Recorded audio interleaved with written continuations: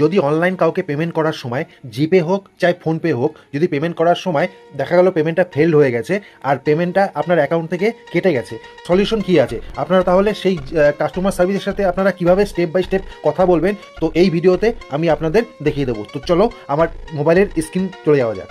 তো সবার প্রথমে আমি আমার মোবাইল স্ক্রিনে চলে আসলাম। জিপে অ্যাকাউন্ট থেকে আমি যে ট্রানজ্যাকশনটা করেছি, এই যে 15,000 টাকা, এই যে দেখাচ্ছে এই যে 15,000 টাকা ফেল হয়ে গেছে কিন্তু অ্যাকাউন্ট থেকে কেটে গেছে। তো সেক্ষেত্রে কী করা হবে, যে অ্যাকাউন্ট যে ট্রানজ্যাকশনটার উপরে ওখানে ক্লিক করতে হবে, করার পরে কাস্টমার সার্ভিস বলে এখানে লিখে দিতে হবে। এই আমি লিখে দিচ্ছি কল কাস্টমার সার্ভিস, এখানে করার পরে এবার নেক্সট করে দিতে হবে। নেক্সট করে দিলাম।